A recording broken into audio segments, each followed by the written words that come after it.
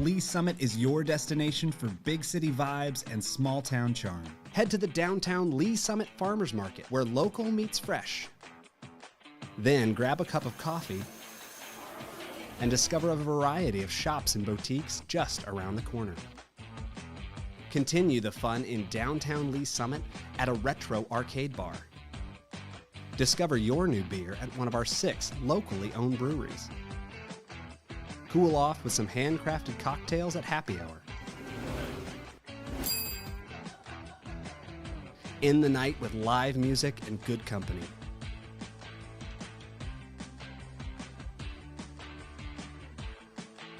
Lee Summit, Missouri. Hello, Lee Summit. Here's your flash briefing for the week of June 3rd. City Council will meet for regular session Tuesday night at 6 in Council Chambers in City Hall. If you can't watch, quickly catch up on City Council meetings by subscribing to the Council Debrief newsletter, which breaks down 3 to 4 key agenda items. Subscribe at cityofls.net. Downtown Days is this weekend, June 7th through the 9th. Kick off summer with this free event. Enjoy live entertainment, vendor booths, fair food, and so much more. Visit downtownls.org for more information. Looking for a career change? The city is hiring. The city offers rewarding career opportunities, a positive environment, and fantastic benefits.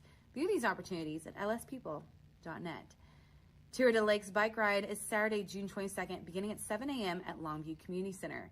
Choose from 4 different routes around 5 different lakes in Lee Summit. There will be a free catered lunch after for all bike ride participants. Find more information at lsparks.net. And stay connected with the city by following us on our social media platforms. Be the first to know about city updates and related news. Find us on Facebook, X, Instagram, and YouTube. Thanks for listening, and have a great week.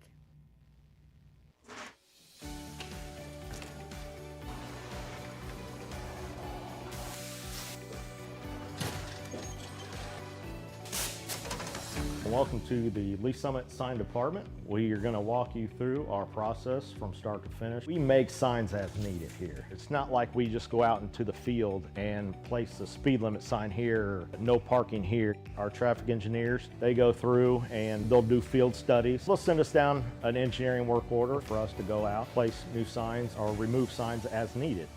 Coming from the material, our blanks come in and they're just aluminum blanks. We can put our white, our red, our fluorescent yellow, green, whatever. And basically what it looks like is just that there. Throw it up into the roller.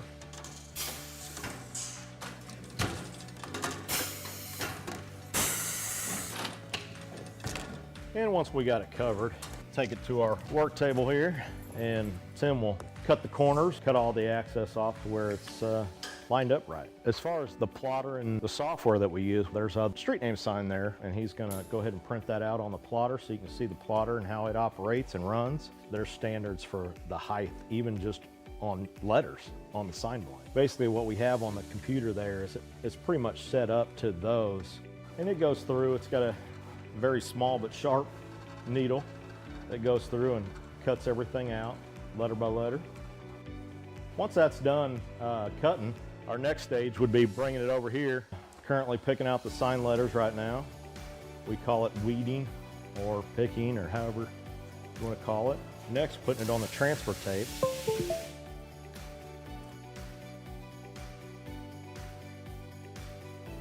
Then after it's taped, we bring it over to the roller. That's where we apply it to the actual sign blank. Yeah, disconnect. So I was. And we'll roll it through one time just to get the air bubbles out. So I really feel it. Yep.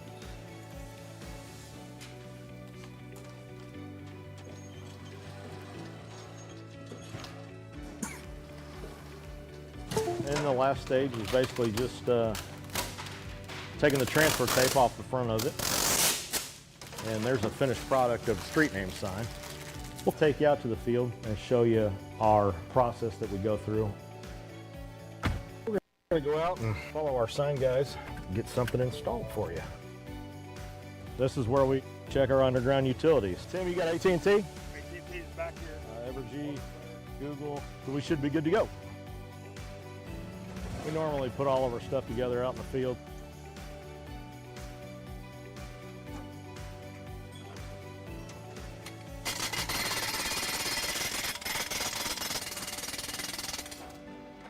Then once the base is installed, we'll go ahead and put the post in there. We've come up to Getting ready for 80, Perfect. 90,000 people. And that's how we do it. Simple, quick. Traditionally, we think as police officers, those responding to Okay. law enforcement. Is PowerPoint needs in the fine, or- community. But honestly, Okay. we are there to serve our citizens. Perfect. And our citizens do go into crisis. They do have mental health crises, and we're being called to those scenes on a regular basis. In order to help serve those citizens better, we did initiate the Crisis Intervention Team Program. These are officers that are specially trained to de-escalate crisis situations. Recently, we've brought co-responders onto the scene, licensed qualified mental health professionals housed within our police department, and they respond with those officers directly to those scenes where a crisis is occurring so they can interact with that citizen and get them the help they need right there on that scene. The co-responders are either bachelor or master level in a behavioral health related field. They wear plain clothes, they don't carry weapons or anything like that. I have a police radio that I listen to all day. Listen for, those key words: mental health, behavioral health, crisis. There's a lot of officers that just call for me. I have my own radio number. I also have the ability to self-dispatch to them and say 982 is en route. Officers en route, 914, Armstrong. So typically I arrive after they've made it safe. I'll make contact and get kind of the rundown, and then I just kind of jump right in. Like, hey, my name's Allison. I'm a mental health professional. I'm here to help you. I'm not here to take you to jail or arrest you. Sometimes all a person needs is a voice, someone neutral, someone outside that, can listen. I do a lot of safety planning, including family, their support network, who's close to you. If they're home alone, who can come over and hang out with you today? Can we lock away your sharps? Can we put up your meds? Do you need meds? Can we get you over to the urgent care to get you assessed for your medications? Some of them also are like, oh, I'm so glad you came. This made me feel so much better. Our main goal as co-responders is to, one, get people connected to the services that they need, and also divert from emergency rooms and jails. And they almost get a different view of the police responding. That lets me know you care and the officers care. Please, how can we help you? My husband has... In 2020, we had 722 mental health related calls for service. 2022, by that time, 1,479. These mental health related calls for service are increasing. How we're responding to that is increasing the number of crisis intervention team officers we have available, as well as the number of co-responders we have available to respond on these calls. So what I think is important for the community to know about the co-responder program is that we're here, we exist. All you have to do when you call 911 is ask for us. Say, hey, I want a co-responder to respond to this crisis, and we'll go. I was really struggling about 8 years ago on my personal journey with mental health, and I met some amazing social workers and amazing programs that have helped me get to where I am today. I really couldn't see myself doing anything else. We want to help, and that's what we love to do. So I had a client, we got a call, she had some suicidal ideations, and she really felt that she had nobody. And and getting to know her story and getting to know who comes around and sees you, well, then we found a support person, and they responded immediately, and we made a plan. I called back and checked on her in an hour, and then I checked on her in 2 hours. We were able to get her into the additional services to where she talks to someone every week or more. I just took a person that really just thought they had nobody and nobody would show up for them, and show them you do. And you'll be amazed who is in your corner if you just simply say, I need a little help.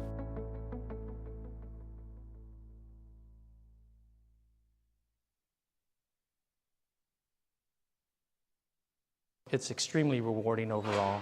Just the fact of working with other council people and other volunteer commission members that are so involved and care so much about making this community better. It sort of kind of lifts your own spirits by being involved in that kind of environment with other people like that.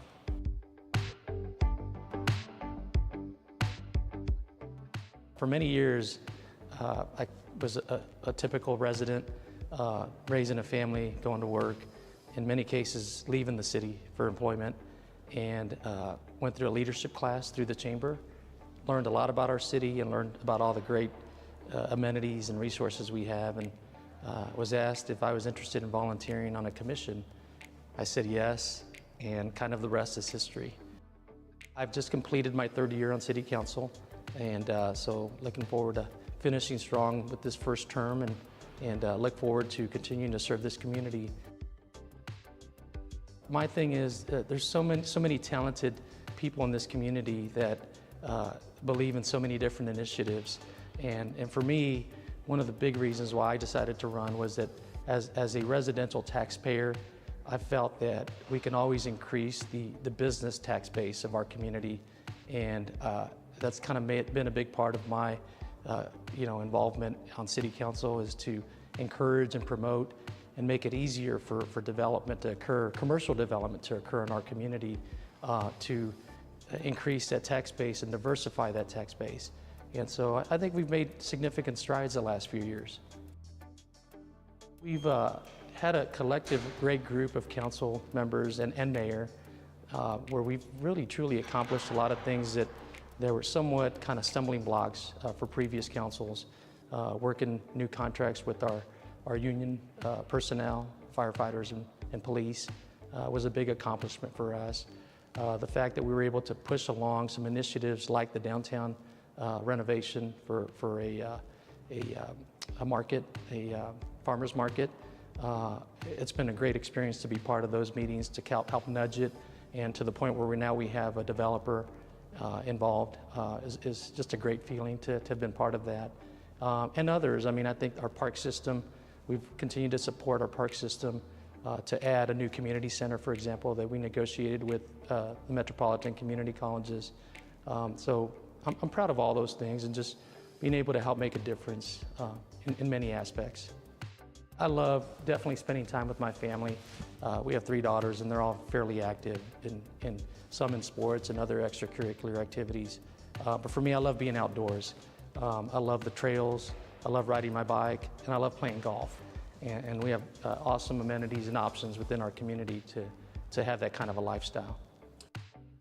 This June will be 25 years that my wife and I have lived in Lee Summit and have raised 3 daughters in this community.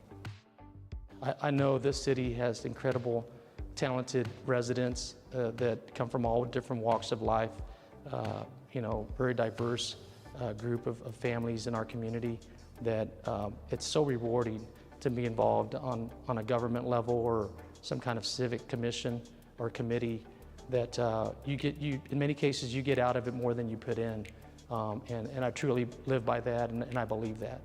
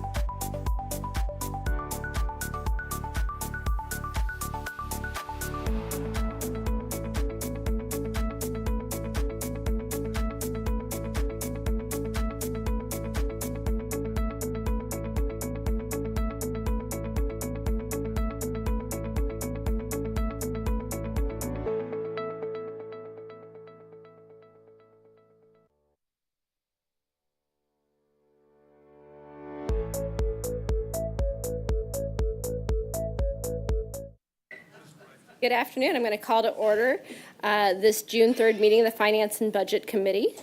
Can we get a roll call, please? Chair.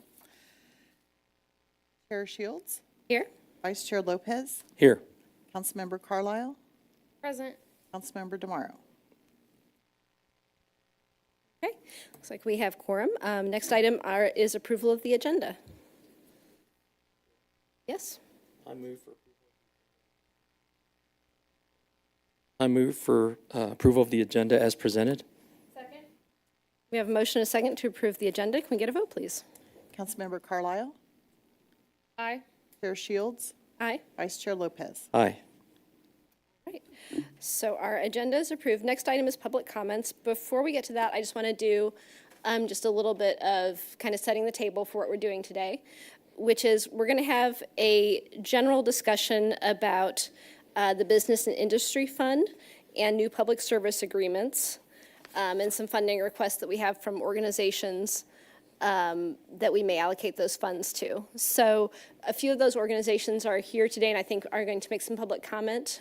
We may not make actual allocations today, but it's something I want the committee to be prepared to think about over the course of this year as we do look at how those funds are going to be allocated and what these new PSAs will look like. So I just thought it'd be good if those members of those organizations wanted to talk to us kind of briefly during public comments, that we could have that in mind as we have these discussions. So that said, whoever wants to make public comment would come forward. Mr. Johnson, are you here for the DMO?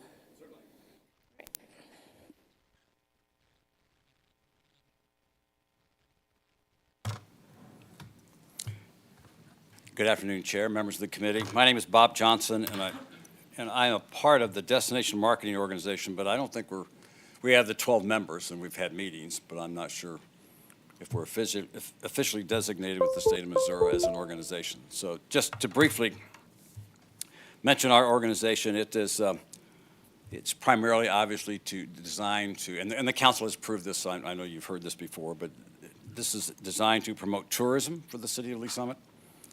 With a formal organization.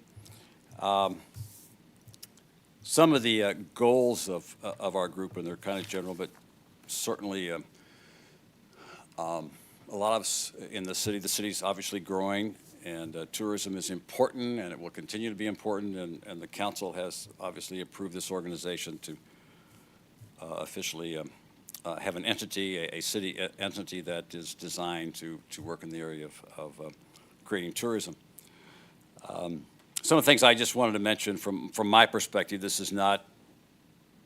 doesn't represent 12 people on the organization. It is just kind of my view of some of the meetings that we've talked about, and we've had meetings before. Obviously, this is a vision statement.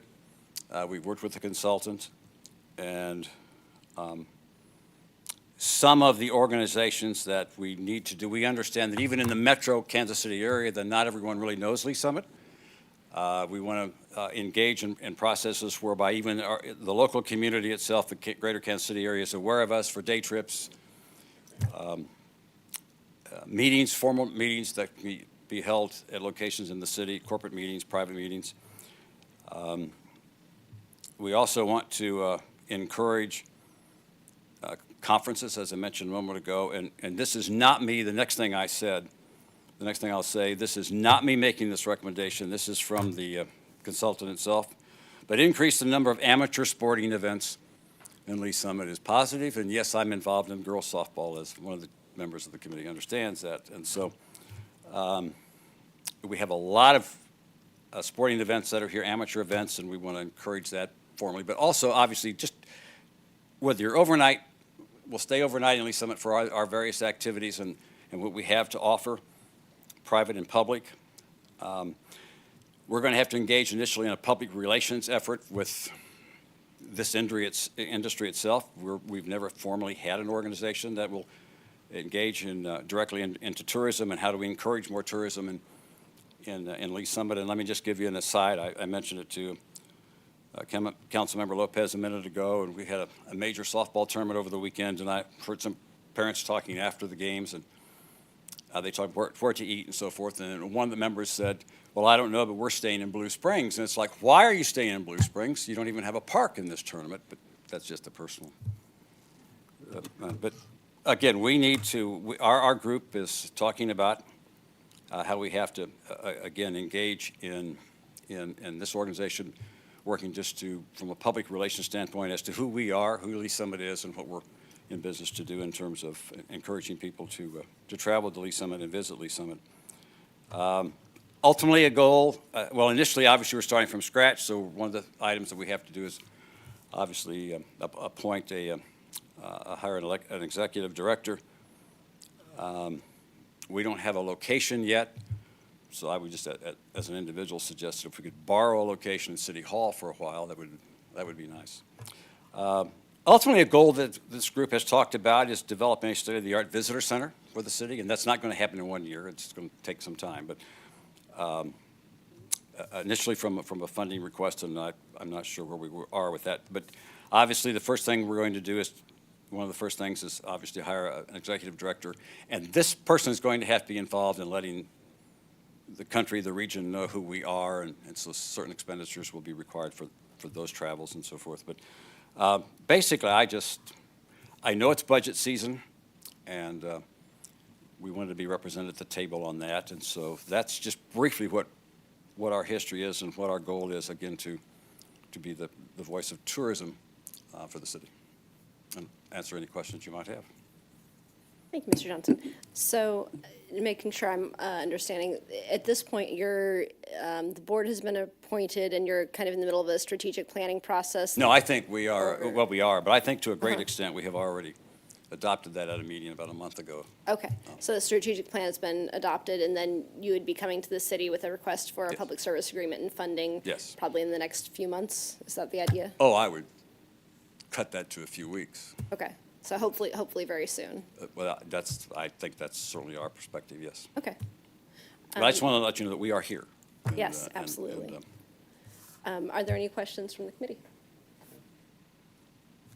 Okay, well, thank you very much. I know this was, has been in the works with City Council and this new organization being formed for quite a while, so we're excited to see what you guys bring forward and appreciate you being here today. Yes. All right, thank you. Do you have anyone else to make public comment? Rogers.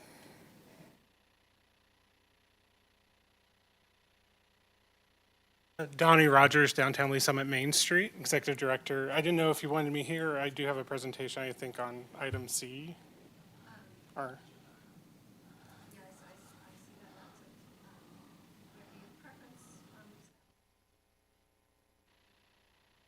on the mic. Any preference on staff side or?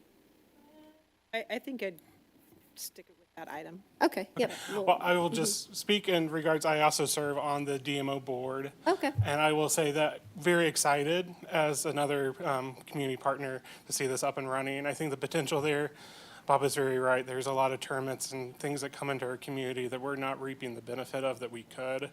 I had a conversation with a mother that was at Paragon Star for an event. And later on, a few weeks later, she was downtown, and that's where I connected with her. And she was just blown away. She was telling me how she stayed in Overland Park. She was having the event at Paragon Star, and she just didn't know what was over that hill, you know, that Lee Summit was what it was. And she's like, well, the next time my kids come to play soccer, we're going to go downtown. And so there is a great potential there with the DMOs. So very excited for all that offers in that discussion. So.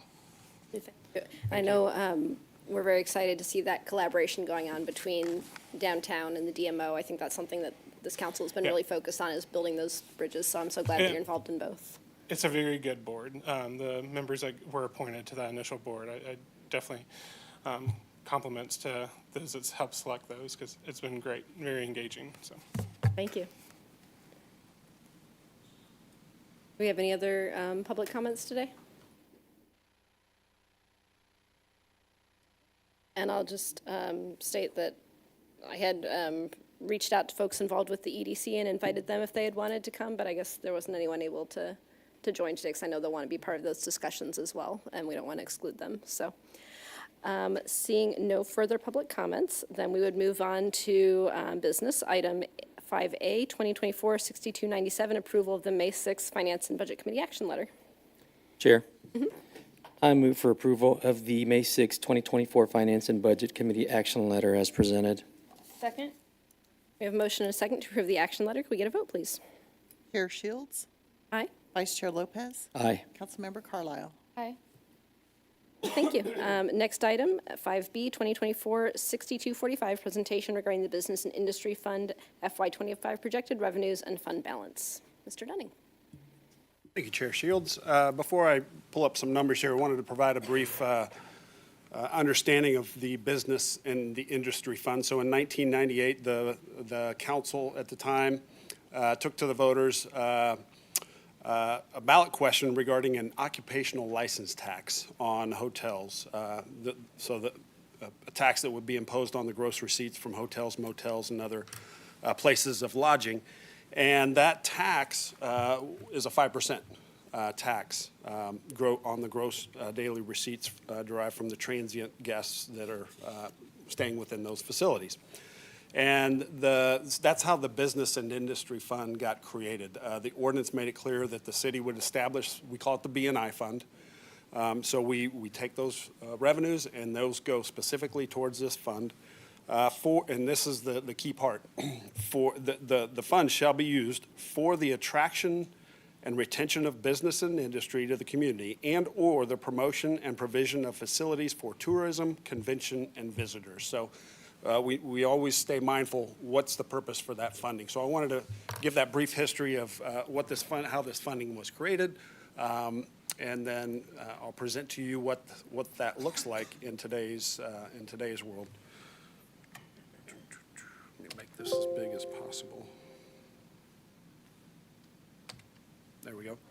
Can you see that okay? Okay.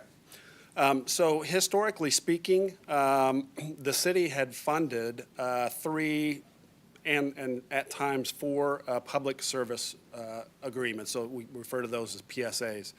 I can tell you in today's world, there is only one PSA, and that is Downtown Main Street, and they are up for their renewal. And so that's the next agenda item that you'll be considering.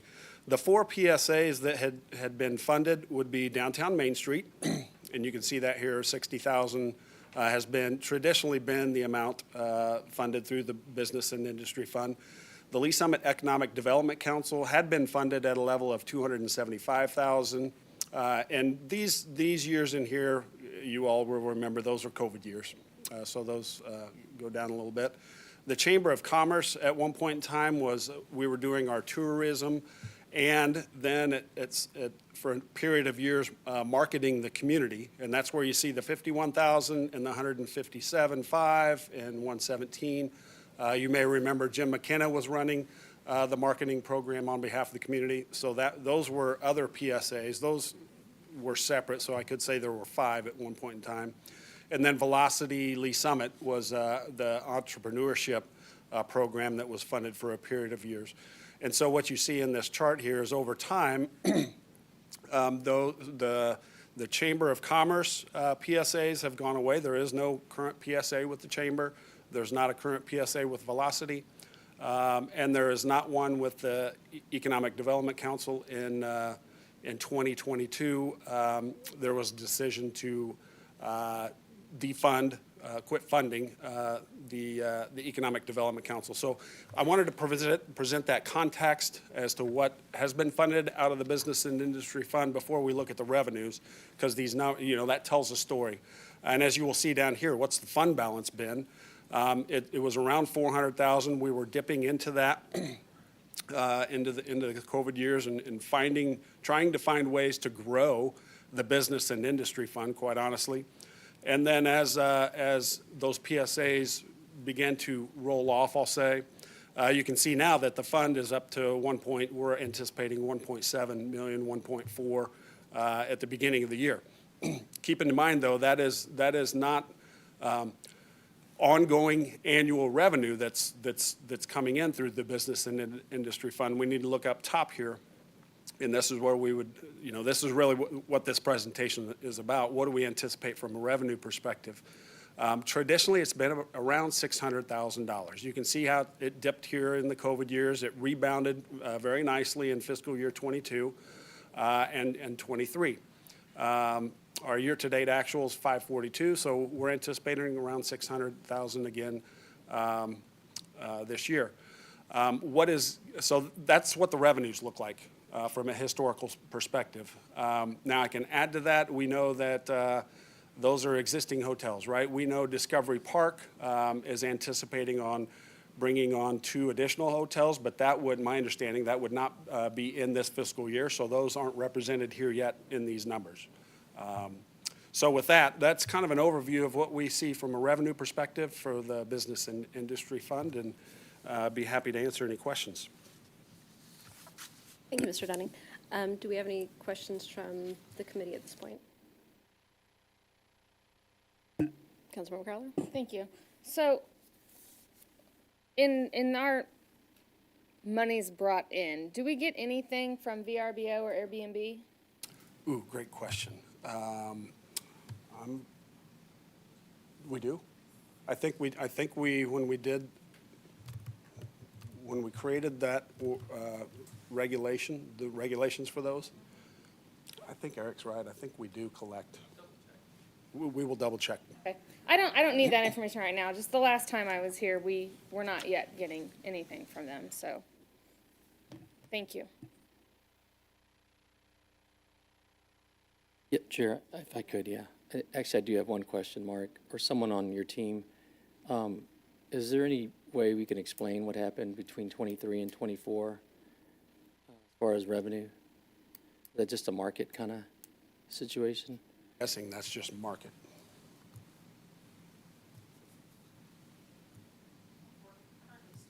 FY '24?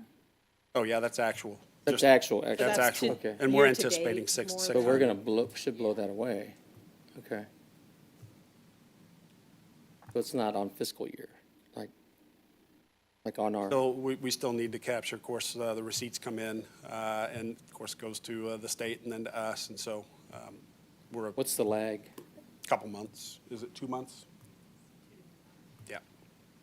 Should be back on par then. Yeah, that's why in our budget, we're saying we'll definitely feel like we'll reach 600,000. That's all I have for now. Thank you. Thank you. When those new hotels at Discovery Park come online, do we have an estimate of how much revenue they would bring in per year for this fund? Let me see if I think Eric may have, be able to, I don't have that knowledge myself, but Eric might be able to represent. Good afternoon, Eric Stoyanov, Budget Manager. So looking at Discovery Park's presentation when they came forward with their TIF and looking at the hotel revenues that they had projected, it was right around $364,000 a year is what they were projecting, which I think was year 4 of their development. And then they anticipated it going up 1.5% every year after that. But it started off at $364,000 per year. Does that all end up going to the city, or is any part of that? I forget if there was an incentive on that. All going to the city. Yep, BNI is not impacted by the TIF, Okay. so all comes back to us.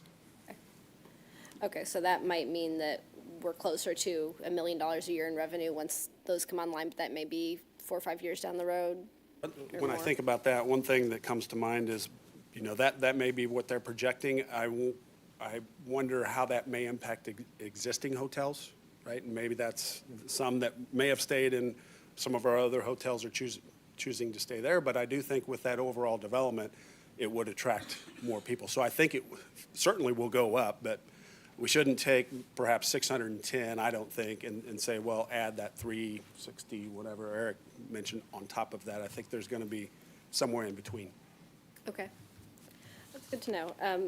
And then part of what I wanted to have this discussion for is, as we look at these different PSAs going forward, my understanding is that as they come forward, we'll probably just end up amending the budget. We don't have to have them included in this year's budget right now. We may amend the budget in a couple months down the road. That's correct.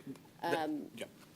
But if we end up looking at what each of these organizations is likely to want and what the city council feels like we're able to do, there's a possibility that we might exceed our current annual revenues a little bit, maybe dip into that reserve that's in this fund under the expectation that some of that's going to be replenished in a few years when that new hotel comes online. Like, that might be something that council could consider.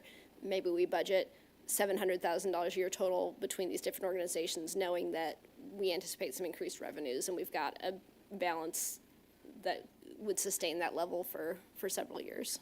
I would agree, and I'd also add to that once the DMO really starts up, and that's tourism and it's community marketing, attracting So folks hopefully to. that increases So hopefully that as well. the investment in that generates additional revenues too from bed nights. So it might make sense for us to invest a little bit more upfront, even if we have to dip into that balance, to hopefully then increase tourism overall as we go forward. I'm not advocating one way or the other. I just want to make sure that we're all kind of thinking this through. And obviously, the full city council will have to make these decisions, but I want to be able to present to them a coherent plan and vision for what this looks like that they can then discuss and decide whether to act on. And then kind of going beyond that, if we decided that our vision for these organizations is bigger than what this fund has to offer, are there other revenue sources that could be tapped into if we feel like that, $600,000 a year is not sufficient for what the city needs in terms of these organizations? The direct answer is yes. There are other avenues. Of course, general fund would be one of those. The other one that comes to mind, so currently we're at 5% gross receipts, and my understanding is we could go all the way up to 7%. 7% is the cap, so that could create additional revenue as well. Okay, that's very helpful. Do we have any other questions from the committee based on the discussion so far? Do we want to?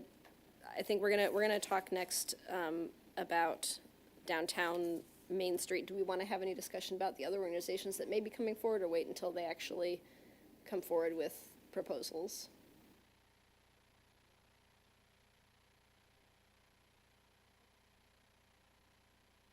Okay, so I think that will conclude this presentation. I really appreciate the information, and I think it'll be good background for us as we go forward as each of these organizations comes to us later. I think that was kind of my closing remarks there. The ones that I'm aware of as the city manager is downtown Main Street, the DMO, which will be coming forward, and then we're in those discussions with repositioning with the LSEDC. So those are all that are on my mind. And then I will share out of transparency too. I've had discussions with two other entities that have not had PSAs with the city that have shown interest.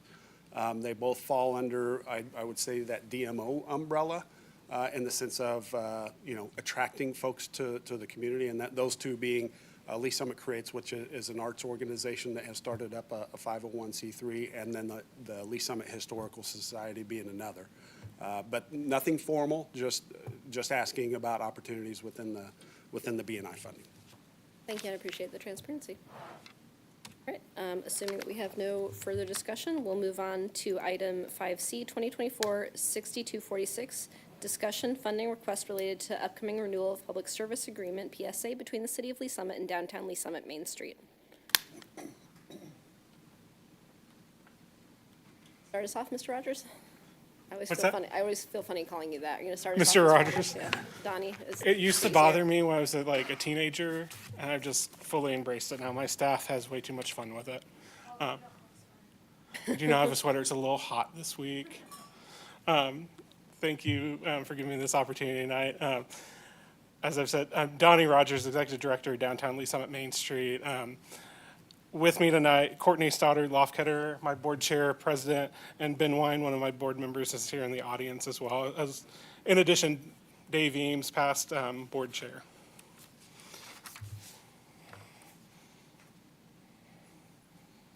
All right. So downtown Lee Summit Main Street was formed in December of 1989 as a partnership between the City of Lee Summit and the downtown merchant and property owners to reverse the decline and vacancy of our once vibrant heart. You can see this picture taken in the late 80s. I always like to point to this picture as this is when we truly had the parking problem because we had plenty of parking and no reason to be down here. So in those early years, the city matched the merchants what they could raise dollar for dollar up to $20,000 to get the organization started. So from the very beginning, it's been a close partnership with the city of Lee Summit. This investment and partnership has been vital to the transformation of our community over the past 35 years. We've valued our close partnership with the city since day one, and we're so proud of what this partnership has led to an award-winning, nationally recognized downtown that continues to build upon its successes. Downtowns are one of the first places people look at a community to judge the health of it. I'd like to think that the quality of life we offer in downtown Lee Summit is what sets us apart from every other city in the metro. Other cities right now are currently trying to replicate what we have here in downtown.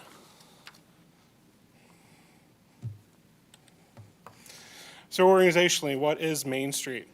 We are a 501c3 nonprofit organization dedicated to the revitalization of the heart of our community. Our focus from day one has been bringing people back downtown, creating a welcoming and inviting atmosphere that draws members from across the region and community to our downtown to support our local businesses. Organizationally, we work closely with Missouri Main Street Center and the National Main Street Center, part of the National Trust for Historic Preservation. Since the beginning, we've worked closely with the National Main Street Center. They've been a vital resource for trainings, leadership development, networking, best practices. We are annually accredited by these organizations, and we consistently receive full accreditation. We're one of only 8 cities in the state of Missouri that are nationally accredited. And this includes a biannual on-site visit that looks at all levels of our organization. So one of the most important elements of our accreditation, though, is showing that we have support of our local community and our city. Financial support from the city shows the strong commitment to the revitalization of our downtown.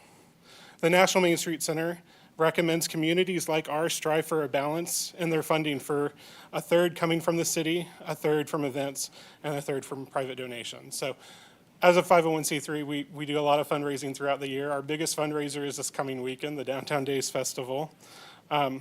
This third approach is not something we're currently doing. This is something we're striving for. We experienced why this was so important during COVID, when we had to cancel Downtown Days for 2 years to ensure the communities remained safe.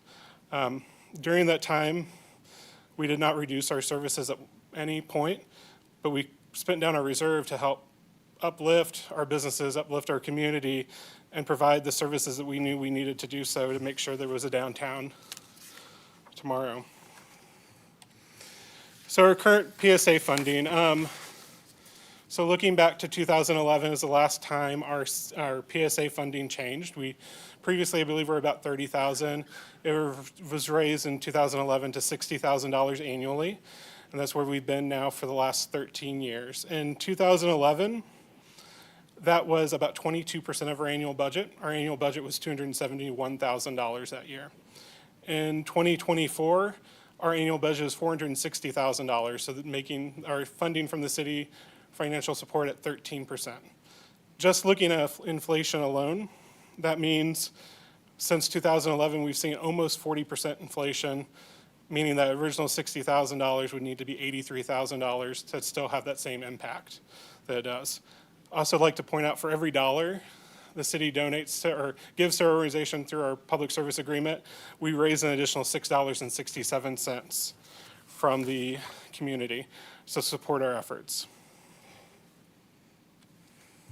This is kind of that breakdown. As I mentioned, the best practices we hear from the National Main Street Center is a third, a third, a third. So a third special events, a third from the private community, and a third from local government. And so right now, as I said, we're heavy on events, 55%, with Downtown Days being that major part of our annual budget. The city is at 13%. Sponsorships for our events is at 14%. Investors, those are our donors, our businesses downtown, also community members at 9%. And then we do get an 8% of our budget comes from the Downtown Community Improvement District for the services we provide for board management there. And then 1% miscellaneous donations, grants kind of throughout the year. As we looked at our request for increased funding, we looked at our counterparts across the metro. Two of our fellow accredited Main Street communities in the metro, Downtown Liberty and Independence Square, uniquely are both at 28.9% of their annual budget coming from their city. Liberty receives $125,000 annually out of $433,000 of what their annual budget is. Independence Square receives $100,000, which is out of their $346,000 budget. So uniquely enough, our counterparts in the metro here are at 28.9% of their annual. Our funding request, what we looked at wanting to see getting closer to that 30% number is graduated over the next 3 years. And so this is kind of what we sketched out, knowing that more hotels, more tourism, more things coming to the community would hopefully give us the ability to work with the city to grow our public service agreement funding. Year one, $120,000, which would be about 23%. Year two, at $140,000, which would be at 26%. And then looking at year three, potentially $180,000, which would be 31% of our annual budget. This is, of course, taking into consideration none of our other budget areas grow, and I don't think that's going to be the case. I think we're going to continue to grow that, but that was our goal for this public service agreement, is to look to try to get a much more balanced approach and have the organization prepared if any changes might occur.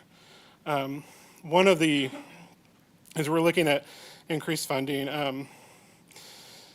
as costs over the last few years have risen dramatically, it really puts a lot of pressure on our organization to continue to operate at the high level that we've been operating at. We offer over 100 free events and activities. Nothing is at pre-pandemic pricing. The price I pay for a porta potty is astronomical, but everything else that goes into that is just everything is more expensive, and we've not been grown our budget to match that. The other big thing for us from a staffing side, and I know the city's had these conversations over the last few years, if you've looked at police and fire and your staffing, paying staff a livable wage, what they're worth, the value they bring into the community. I have been blessed in my 10 years to have amazing staff that is very mission focused, very dedicated to the organization. My events director has been with the organization for over 8 years now. I've been with the organization for over 10. My newest staff member, Assistant Director Jenny, has been on board for 2 years. Rachel has been, I think, 6 now. So this is a team that's very dedicated, but we are at our max of what we can do as that team of 4. And so part of that increase in funding would look to help us try to grow the organization staffing-wise so we can continue to do more as downtown continues to grow and develop. And we also want to maintain competitiveness on salary and benefits with that. So we just have not been able to keep up with those rising costs. And now I'd like to highlight some of the successes. As I mentioned, we do over 100 free activities and events. The largest one is this weekend. Hopefully everyone is out and about and the weather is perfect. But that's everything from the farmer's market to sidewalk sales. Almost 99.9% of our events are free for the public. I think we only have like one event that we charge, our wine walk currently, which serves as a fundraiser for the organization. Everything else is free for the public to come out and enjoy. Some of the other successes, these are the last numbers since the Great Recession. So since 2009, we've seen over 56,000 volunteer hours donated to the organization. That's a monetary value at $31.80 an hour. That's $1.8 million in time donated back to the community. We've welcomed a net new gain of 109 businesses downtown. We've welcomed over 826 new employees downtown since 2009, and we've seen over $73 million reinvested into our downtown properties, downtown buildings. But I think one of the biggest successes, and then success on sales tax numbers. I know we always look at sales tax numbers as kind of how the community is doing. The top number here, 1993, I think it was part of the Vision at Heart. There was a study done. They estimated there was about 1.26 million taxable sales downtown. If you look at that picture from the 80s, it 1.26 million seems right. In 2016 was the first year we had the Downtown Community Permit District fully launched. There was 28.7 million in taxable sales downtown. In the last 7 years, taxable sales are up 113% downtown. FY 2023 ended at $61 million. So we've seen a huge economic boost and benefit to our downtown business community, but of course those numbers mean 61 million in sales means more money coming back into Lee Summit than ever before. And then the most important sign of success, I think, is we're creating the place that people want to be. I mean, the memories and activities that we do downtown just create a sense of place, a sense of civic pride that I don't see in a lot of other communities. This last year, I was just in Birmingham for our National Main Street Conference, and there was a lot of talk about coming out of COVID about mental health, about people who are feeling closed off, they're not feeling a part of things anymore, and how vital our downtowns are in that comeback. You're not getting that engagement on social media. You're able to feel as a part of a community in a downtown, a place that has activities, farmers market to go to, different events. And so, I mean, the vitalness of needing an active downtown is going to be that much more greater as the years to come. So with that, open it up to any questions or anything you might have for me. Thank you. Thank you so much for being here. I know you have nothing else on your plate right now, but with Downtown Days this weekend, so. I did mention I have an amazing staff. They're all back at the office holding down the fort. Yeah, no, we appreciate it. And I really appreciate the work that you guys do. You know, I'm obviously the liaison from the city council right now, so I've seen how well and professionally your board meetings are run, and then I'm also a downtown resident, and I see all the programming week after week that is really makes it a great place to live. So I really do appreciate that. And then full disclosure, I'm also one of those investors making up that little portion of your budget. So appreciate that.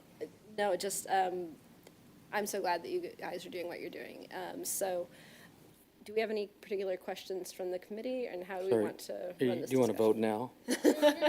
I mean, you can probably tell which way I'm leaning, but do we have any questions or discussion? Just kind of to echo your comments, just thank you for your presentation. Thank you for the detail. Just overall for what you and your team does and your passion for downtown.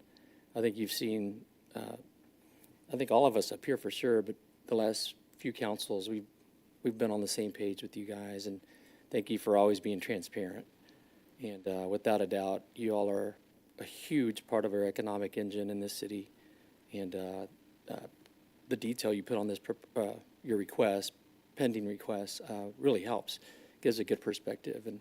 And yeah, I think it's something we'll consider. So thank you. Questions, Councilmember Carlo?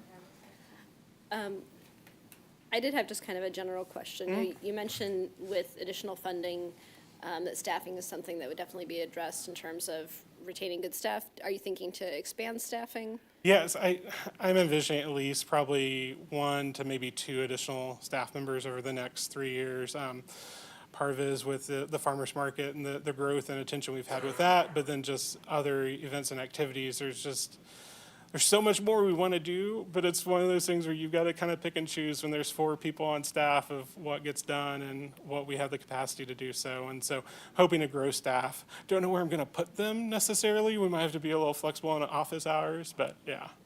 And if you were to add the staff, how would it impact your ability to do events? Or like what would you see being added or being expanded? What, yeah, I mean, what are a couple like top 3? Really, I mean, some of it is just we're at capacity of the events we do now. It's just like, so like Jenny, I'll use her as an example. She's amazing at our assistant director managing the farmers market, and she's done a lot of programming this season to help encourage people coming down there. I'd love to expand and build on that and add more opportunities to engage in the community. I mean, part of it is the time takes her from the farmers market, takes her away from other elements of the job. So like just the ability to grow, like she's been working with community partnerships, like mothers of preschoolers, different, oh my gosh, homebound students, but homeschooled students, working with them, different groups to bring them out to the farmers market, areas that we haven't engaged with. So I think the potential there is to really start to engage with more members of the community and try to incorporate them into our activities that we're already doing, and try to see other ways that we can grow and be downtown for all. So, thank you. This is probably a question to staff. What exactly we're hoping to come to after this discussion today? Do we want to have a recommendation to council? Do we want to have kind of a jumping off for the PSA discussion? What comes next? So just to be, so everyone understands, so the current PSA with Downtown Main Street, I think it's July 1st, isn't it, Donnie? Runs through July 1st of this year. So we have time, but if there's, so it's really the pleasure of the committee. If you'd like to make a recommendation to council, that's your pleasure. If you want, if we understand the DMOs coming forward soon and you want to pause and see if that comes forward, so we at least have that information. I don't think the EDC is going to have a presentation before us before we need to adopt the budget. But so there's options. And then if we wanted to extend the current PSA with downtown just to provide a little more time, that's another option. So those are some options that come to mind as we move forward.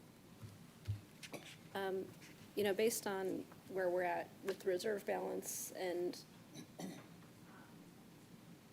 what the kind of general discussions have been about what budget might look for this other organization, I feel like I'd be comfortable proceeding with the funding request that's been put in front of us. I think that has the capacity to support, and that I think downtown has really shown.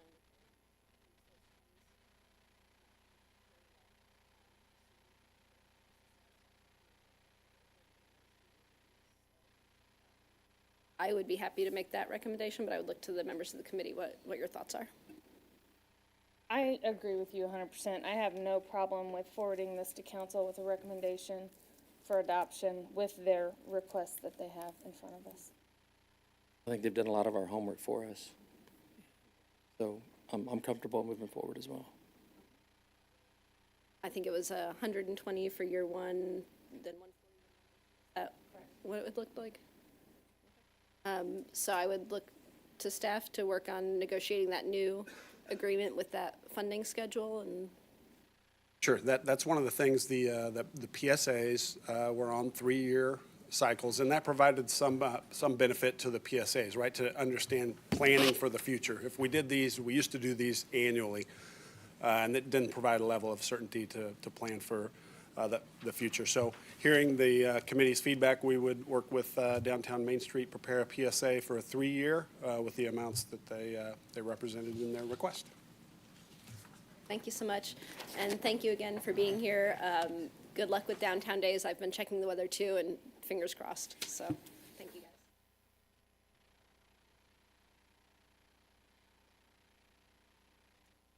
Next item on our agenda. We'll just through it today. Item D, presentation, all department and fund budgets and follow-up discussion on general fund and public safety sales tax, FY25 budget, and expansions. And I assume, Eric, that you'll kind of give a little bit of background on this since we have new committee member with us this evening, but we have looked at some of this information. I'm sure you went back and watched all those videos. You probably would, actually. You did. I bet you did go back and watch all the presentations. Okay, so The most exciting ones. assume that the council, the committee is well informed. Okay. But thank you. Please proceed. All right. Hello again, Eric Stoyanov, Budget Manager. So we've seen this slide before, but just a quick explanation of funds.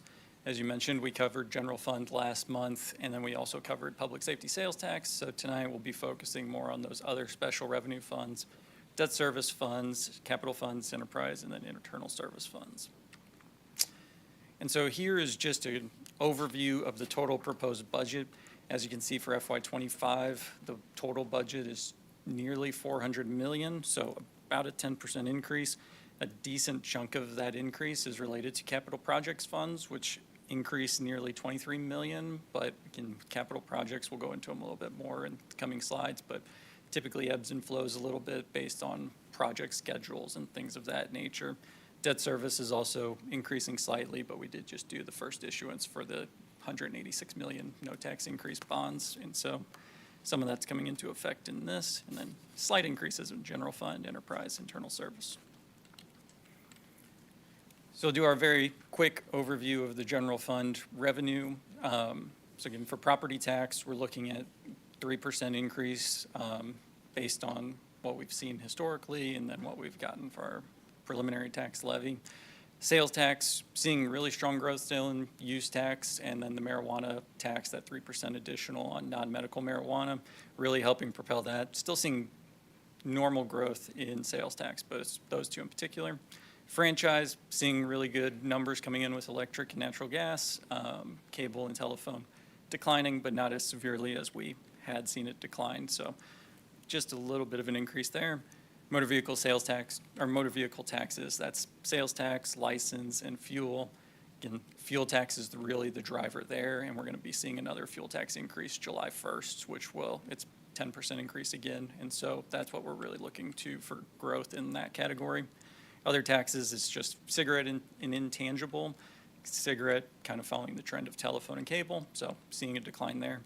And then other revenue, that is all of our licenses, permits, fines, forfeitures, grants, everything of that nature.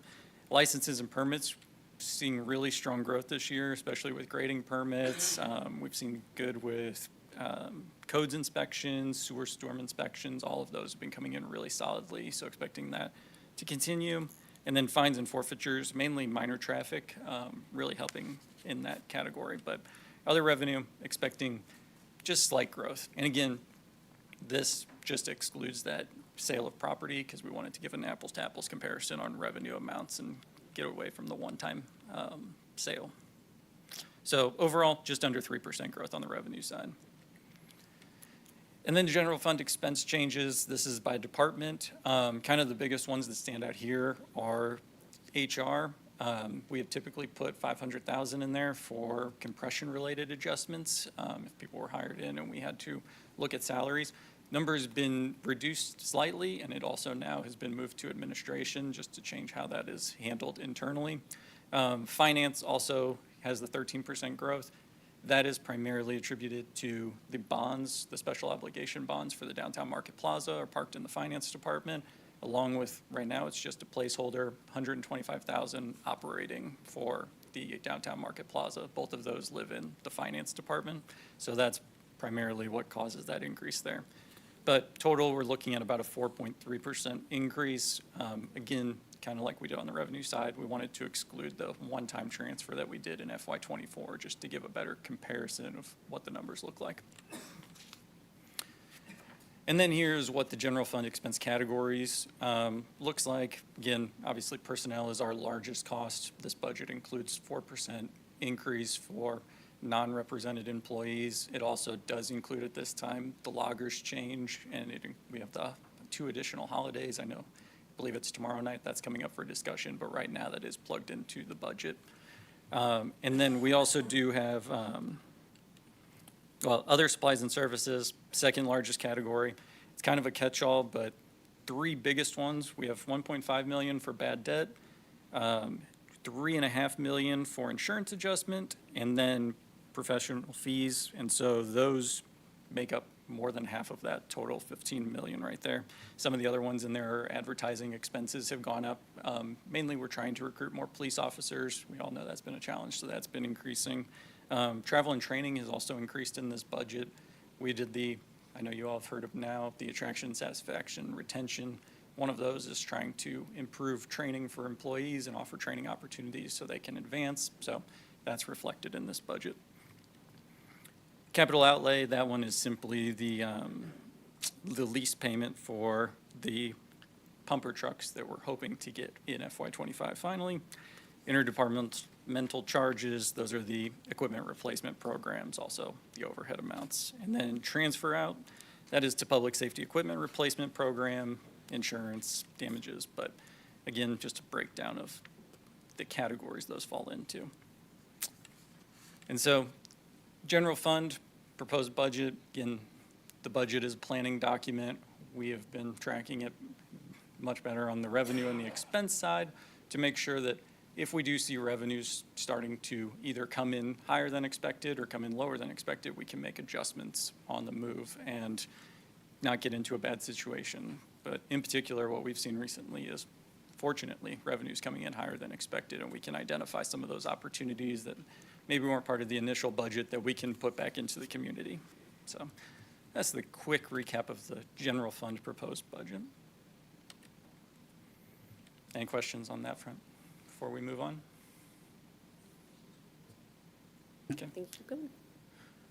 So moving on to special revenue funds, and again, we have quite a crowd today. We have a lot of experts that can come up if we want to get into specific details as well. But special revenue funds, this first slide, mainly related to Parks and Rec. So that top line is the main operating fund for Parks and Recreation. Obviously, they maintain 30 parks, 92 miles of trails. The other ones are related to the community centers and Summit Waves.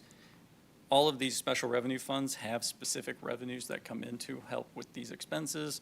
For parks, it's taxes and then mainly user fees when it comes to the community centers. Some highlights for the Parks Department for this budget in particular. One that's increasing their cost is that minimum wage is being raised to $13.80 for part-time employees. They're also adding 3 FTEs. They do have some increases in internal service charges with vehicles and IT and things of that nature. And some of the large projects that are in this budget are the lake dredging of Legacy Lake, doing a slide restoration at Summit Waves, pool renovations at Lovell Community Center, and then deck and patio renovations at Longview Community Center. So those are some of their big ones. Again, I know they're here if we want to get into more specifics on the Parks Department. That Cemetery Trust Fund, most of the expenses there are just related to maintenance needs. All of the plots are sold, so at this point it's a lot of maintaining the grounds. And then the post-closure fund, that's related to the landfill. A lot of the costs there are professional fees related to compliance needs, maintenance, some utilities, and then a little bit for staff time. So. And then this number at top will be changing, but that's the Business and Industry Fund, obviously before tonight. We had talked about public safety sales tax last week, but I know in their budget, they have $2 million in expansion needs. I know some of the big hitters there, they're adding a retail police shift, which will be helpful. They're also adding another shift for second shift, so 8 police officers total between those two. They have a crime analyst coming, youth services sergeant. I know for the fire department, they have a data analyst and some communications specialist. And then for non-personnel related, for those, they have emergency deployment fan. They have design work for Station 6 to try to get that one along the lines of the newer stations, access lock upgrades. And so, again, we talked about that a little bit more in depth at the last meeting. The entitlement fund, that is the community development block grant. So that money comes in from the Department of Housing and Urban Development. We redistribute it out to the community to help out with organizations like Hope House, Lee Summit Social Services. And then VAWA is the Violence Against Women. Again, that's a partnership with Hope House to work on community initiatives aimed at responding to violence against women. But ARPA is the money we received, and in FY25, the goal is to have this all expensed out in FY24. Big projects there were Downtown Market Plaza and then the fire stations 4 and 5. And so goal is to get all that out this year, and so that's why it's 0 for the FY25 budget. And then the public safety ERP is for the first payment of a lease for 25 defibrillators. So they're purchasing all new there. And so total with special revenue funds, we're at just over 27 million. And then obviously this was created before tonight's discussion, so we can move quickly through these. Most of these numbers were placeholders anyway, because we know there's a lot of discussion obviously around EDC, downtown, and also the DMO. So I can move through these ones pretty quickly. And then the TIF funds. So for these, we collect money and then we pay them out based on the terms of the agreements the city council agrees to. Most of these that are on this list are pretty mature TIFs at this point. That's why there's not too much variation in the FY25 budget compared to the FY24 budget.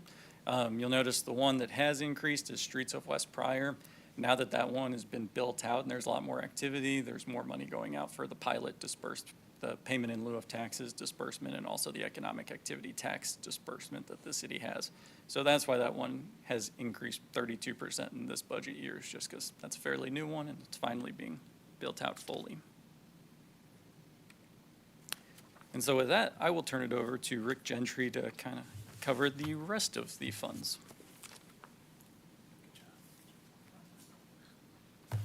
Good evening, committee.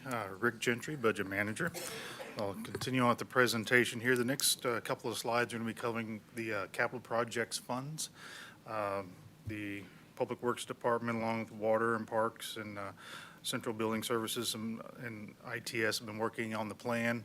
The CIP is a 5-year plan that's updated annually, so you'll be seeing it was posted publicly on the website and went to Planning Commission back on May 23rd and will be coming forward to City Council for resolution to consider for adoption at the June 11th meeting. So this is kind of the budgeting, the spending authority to spend the money for those projects. Just kind of for public's information, going through the list of funds here, the water tap and sewer tap funds, those are part of the included in the schedule of fees for when new customers connect to our systems, whether it's a water, it's based upon the size of the meter and line servicing the facility, sewer tap fund. Those charges based upon the number of drains, which need to support the services. And that goes towards improvements that the water department might need to make to those areas to support the additions. Water construction and sewer construction, those revenue sources come from the part of the collection of the water utility and sewer bill each month from our citizens that use that. The funds all go into the water fund and they're transferred into the water construction and sewer construction as needed. You'll notice in all these funds that the amounts will fluctuate from year to year. It kind of depends on what was planned that year. As we know from past history, sometimes things go according to plan, sometimes things get delayed a year or two. So that's why we'll see those fluctuations and we'll see some large years. Continuing on down, water equipment replacement. That's part of their just maintaining equipment, replacing equipment similar to other ERP programs in the city. Airport construction. This is where the grant money flows through from the federal government and the Department of Transportation for improvements and maintenance projects that occur out at the airport. Capital improvement sales tax is one of the half-cent sales tax that goes to the maintenance of our roads and transportations and the neighborhood traffic safety program and other items. And the road and bridge excise tax, that is charged at the time when a developer comes forth and go through the permitting process. If through an analysis of the city, they determine that it's going to increase traffic volume, increase traffic, then there is a charge for that to help offset those costs that the city may need to do to make improvements there. Go on to the next page, the road and bridge improvements. Again, it's another half-cent sales tax specifically for road and bridge improvements and signal improvements and maintenance in the city. The Parks Development Fund. This is the fund in which they pay for the construction, do the updates to the parks related to construction. You'll probably see this go up over the next couple of years as they start working on the field house. This will probably go up, and this is where they'll transfer their money to do that work. TIF application fund is some of these fees collected from developers as it goes through the whole process and pays some of the professional fees and service fees that are involved with that application process. Green Street Improvement Fund, or is known as the Downtown Market Plaza, is well under construction. So this includes the budgeted expenditures for FY25, hopefully through the completion of the project. That expenses does also include the expenditures that will be coming from this future issuance of these special obligation funds. So that should be for the remainder of the project. General Capital Projects Fund. This fund was created a couple of years ago when we transferred general fund balance over to a capital projects fund to help pay for a part of the construction of fire stations a couple of years ago. Right now, there's no planned projects out of that fund, and as the funds, I think there's a little bit left over from the fire stations, but no funds available otherwise. And the last item is our no tax increase bond issues. We've recently sold the first round of bonds, and you'll see in the budget amendment later this evening. So that's including projects that are planned for FY25. That includes ERP. This year, a lot of the costs were for design and development, getting the ball rolling on some things. So next year we'll start seeing those construction contracts coming through as they begin construction on things such as the new joint operations facility. And we've already started relocating some of the fire staff from over at the headquarters over. They're out in other areas in the city working as they get ready to prepare to start working on Fire Station 1 and the replacement of it. So any questions about capital projects funds? It doesn't look like it. All right, thank you. Well, moving right along.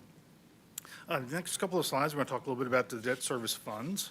The city has 3 debt service funds that we use. The first one is general obligation. This is where we pay for those, the interest and the principal payments for those bonds that we issue and that the voters give us authorization to issue. And with the voters approving that, we are obligated and we have the ability to set a tax rate to collect the revenue from property taxes to pay those interest and principals. So that's the amount it's increasing. As Eric mentioned earlier, we have the payments for the recent issuance of the no tax increase bonds. So those will be first interest and principal, or be 2 interest payments, I'm sorry, this year, as we're finishing off a payment of a 2022 issuance and one of a reissuance. The special obligation debt, this is just a placeholder. Those bonds have not been issued for the special obligation yet, but this is just kind of anticipated amount that we need to budget, and that money will be coming from the transfer, as Eric mentioned earlier. That's one of those things that's plugged into finance and general fund will be part of the transfers that you'll see as part of the overall budget transferring to the special obligation debt service fund. Park certificate participation fund, this is where the quarter-cent sales tax is placed each month for to support the parks and their ongoing initiatives to add new parks to the city, acquire land, and there's as part of the ballot question. It also includes support to Gamber Center as part of the Senior Citizen Center. Going on down the general obligation, you can see the history here. In FY22, we did do a refunding, which is basically refinancing of bonds to consolidate down and get a lower rate on some bonds, and we could get those paid off here in the next couple of years. So that's why you see an increase in revenues if we sell the new bonds, and then the expenditures was paying off the old bonds. And park certificates, you can see that's based on sales tax revenue coming in, so it has kind of grown moderately over the last few years as our regular sales tax revenues have increased.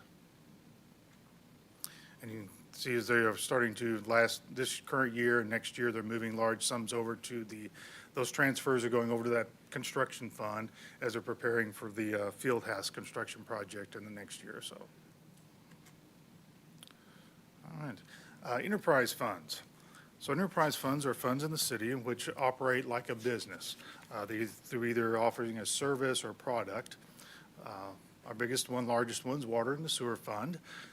As you can see, it's increased each year from 23 through 25.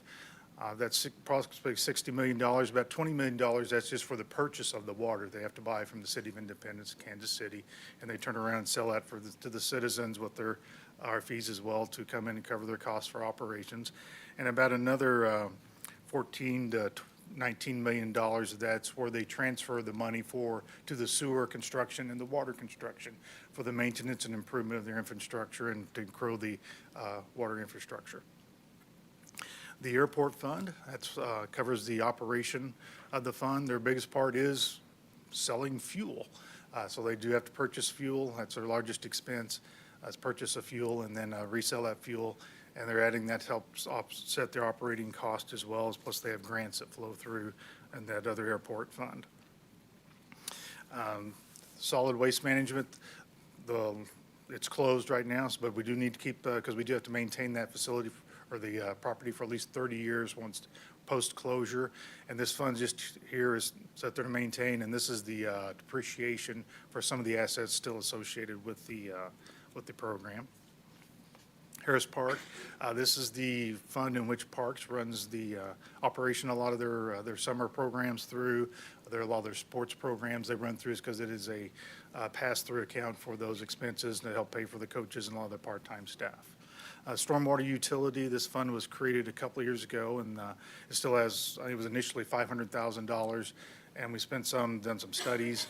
There still is money in there, and we still have I do believe, an engineer under contract to advise and to help move forward if there's direction to move forward. But there again, we do have the money available in that fund.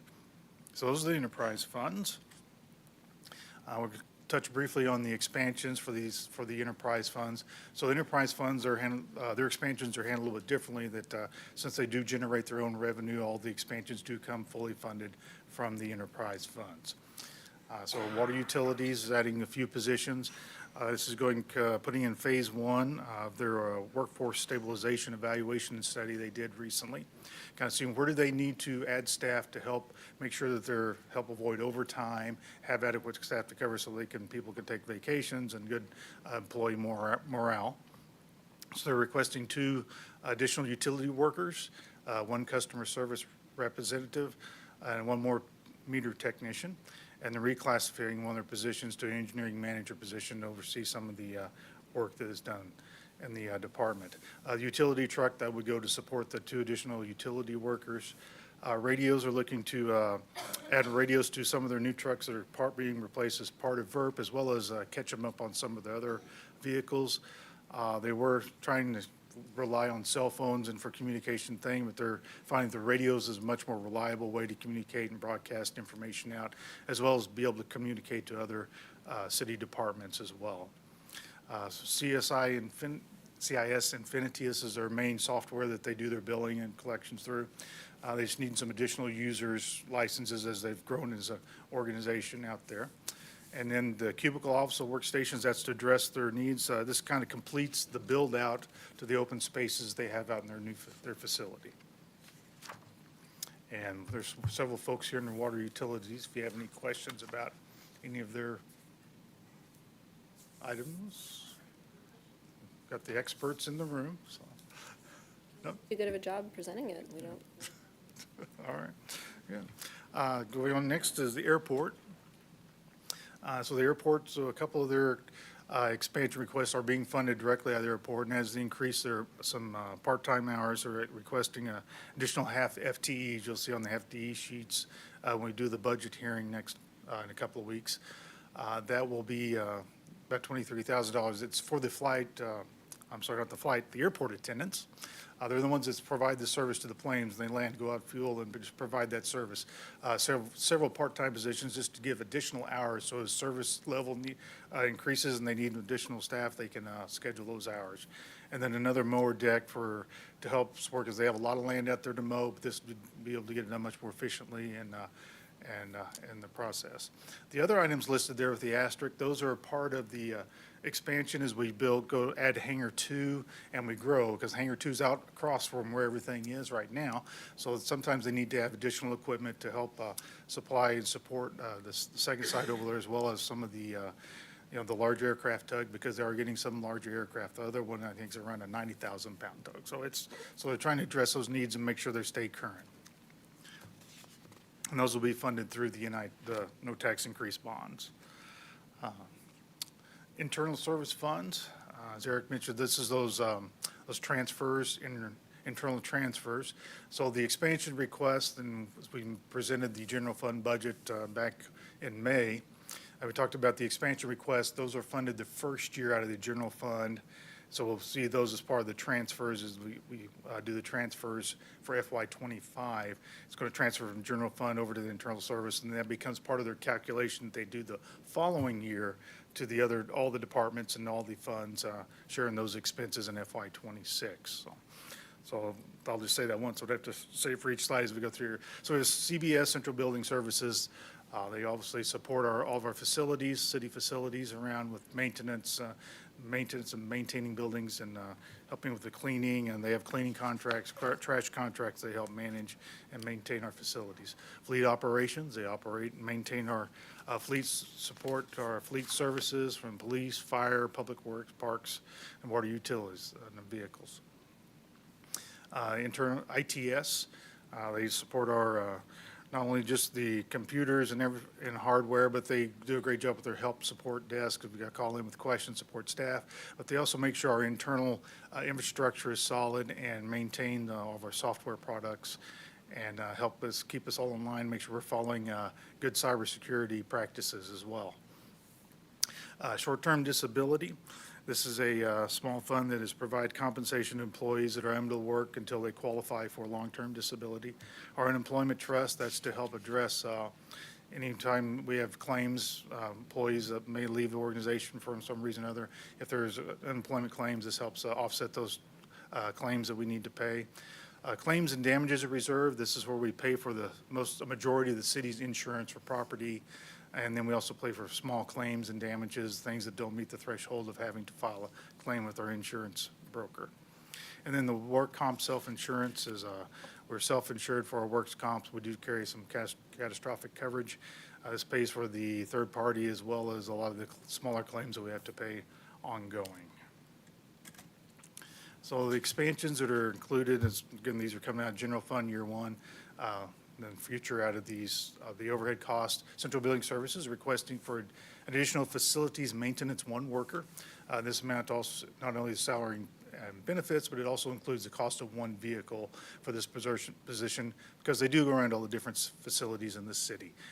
They will, as we add additional facilities, the joint operations, we've opened 2 new fire stations. Well, one of the fire stations is going to become a police substation. So we just need additional support as we bring these additional facilities online. The position will also support as some of our secure facilities to free up the person on site to go in with their daily duties so they can, if we have a contractor needs to come in and work in a secure facility, that this person can go in there and help them support and escort the contractor around. Fleet expansion, this is a new position. This is also going to be a new position to the pay and class plan, as this position has not been on there before. This is an expansion request, salary and benefits and training and some of the equipment needed to set the position up. You think about this is going to be kind of the quick service oil change and minor service guy. You could think you go to Jiffy Lube or someplace where you're going to get your oil changed. This is kind of a response to help support the mechanics that are doing the bigger, heavier lifting and the more complex maintenance work to get our service vehicles, because we have fleet, fire trucks, all these vehicles that need to come in and want to get them done quickly. This is to help do that much more quickly and much more efficiently to get them vehicles back in service. ITS, Microsoft 365. Diana was here last month and talked about Microsoft Office 365. So they were paying the initial year. It's actually coming out of this year. We had identified funds as well as next year's will come out of the part of the general fund transfer over for Microsoft 365. Network detection and storage. Network detections to help with our cybersecurity, data storage. We do have a lot of files. We do have a lot of images and video that we need to store. And with all the video cameras we're putting in around the monitoring, we need to have good storage for that. This is to add to that storage to give us much more ability to store it. And it's expandable, so we can just add on to it over time as needed. Smart Sheets. Enterprise plan. Today we have several individual licenses for Smartsheet, and if that individual leaves the organization, we kind of lose their data and their content. So by making an enterprise plan, it becomes under one umbrella. It can be administered through IT, and we can save that data and move people around as needed as they come and go with the organization. Then the last one, the IT cybersecurity manager.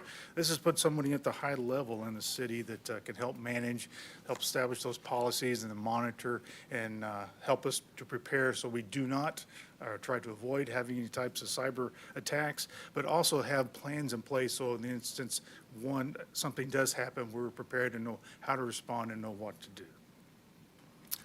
All right, so tonight was kind of the wrapping up the last of the funds. We had the general fund, the public safety sales tax back in May. So the conclusion there. So next week on the 11th, we'll be having the public hearing for the city council. And following the public hearing, we'll have 5 ordinances that will come before the council for first reading. That will include for the budget and the pay and class plans. And then hopefully successful passage of those June 11th. We'll have second reading of those on June 18th. A couple of items that the state legislature's done, and so hopefully no major harm has been done. But a couple of things that will impact the budget that the council does have for consideration tomorrow night. And as Eric mentioned earlier, things that are included in the budget today are the 2 additional holidays, the payments for that for staff, and the changing of the final determination of the retirement calculation going from 5 years to 3 years. Those are included in the budget as of today. With that, any questions? Thank you. Do we have any questions from the committee?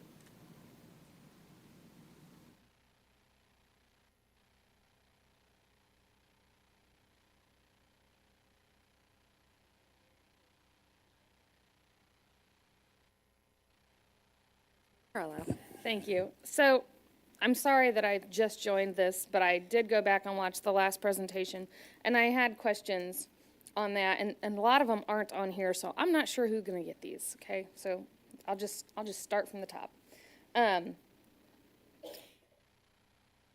Our ERP lines, all of those funds, the ERP funds that we have, I keep seeing in here that we're considering transferring money from here to here for ERPs. Are we not giving enough to those throughout the year and they're just not covering, or what's happening? In the budget amendments throughout the year, or the? No, when I was looking, so when I listened to the presentation from May, and I have it somewhere. Oh. Well, that part too, yeah. But in here, they were talking about, and you had one line in this one, but I can go find it. Transfers to different ERP funds from different yes, departments. part of the budget amendment coming up later, yes. There Okay. are some things. So sometimes a lot of those are expansions. So the things we add throughout the year. Example coming up later is one of the things is a department wanted to go from a small SUV to a little better Correct. vehicle to provide the services. So a lot of vehicles coming up for replacement. So what we do is we're transferring that additional cost for that vehicle to upgrade, basically. We're transferring that from the general fund department to the VERP fund to pay for that additional cost. Okay. Because they may have budgeted it one amount, but the cost has gone up, so the department needs to cover that cost, so we don't put the fund into the hole. Okay. So that, and then okay, I get that one, and I remember that one exactly. Jeep to a truck, got it. Okay. Completely understood that. But there was, hold on, let me look.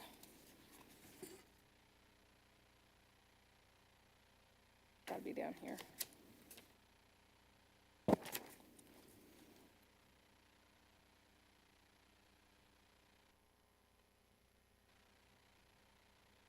Okay, and this piece of paper does not have a title nor a date on it, so I have no idea what you're gonna call it, but it is basically a breakdown of the extra money that's in the general fund. And it says, there's two proposals, the downtown market plaza, then audio visual, that's the first two lines. Anybody know what I'm talking about? Okay, thank you, sorry about that. You don't number your stuff either. I have to number my own pages, by the way. So on this one, it does say equipment replacement programs, VERP, BURP, MERP, SLURP, $3 million. That's something that they are recommending or somebody is thinking that we need to do. So $3 million is a lot. Is it that we're not keeping up, or? Please. Yeah, so let me help explain that one. That data pertains to a discussion around the unallocated general fund reserve, not necessarily ongoing budgets. And so we're in that discussion process of how should we invest those resources. And we went through an audit. We should be wrapping that up soon for our equipment replacement programs, all those ERPs that you mentioned. Because we did find over time, as you put a model in place, and if you don't tweak the model as you go along, it can become outdated. And so it was a good point in time to say, are we using best practices for managing these ERP programs? And then we did the audit. So we feel that in order to prepare ourselves for the results of that audit, the best guess, I think it was at 3 to 5 million. Yeah. Okay. Well, no, it said just 3 million. 3 Yeah. million, just as a potential investment of those unallocated general fund reserve dollars. Okay, so that's not that we're buying $3 million worth of equipment, or that any one of these funds is literally $3 million short. It's just trying to even them out. Like, did we not So obviously, things cost a lot more now than they did. Did we not adjust the funds for those costs? Is that? I think over time, as those programs were administered, there were times where, we'd say, well, gosh, instead of getting rid of that vehicle, let's just use it over here.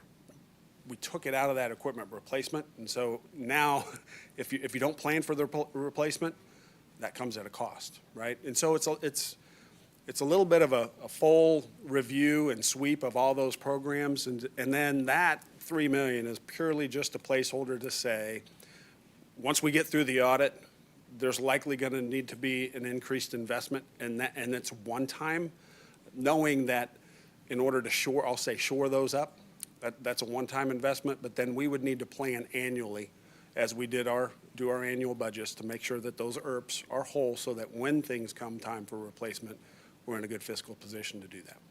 And then when is that audit going to be finished, do you think?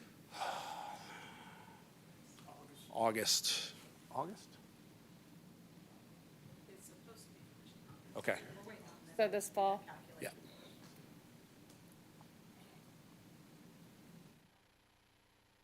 Okay, and then throughout in here, you see Downtown Market Plaza, and then you see Green Street Improvement. Are those two separate funds, or are they the same?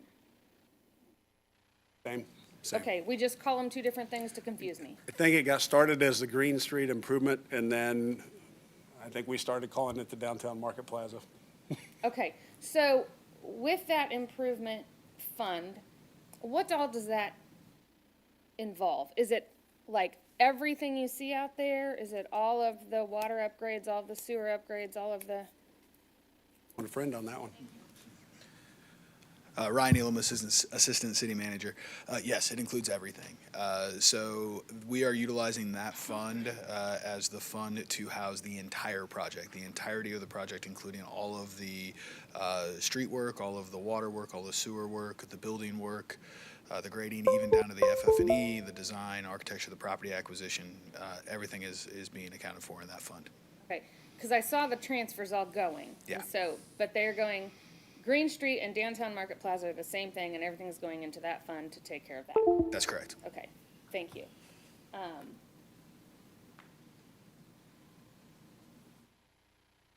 Okay, and then I had a question on, so where it says,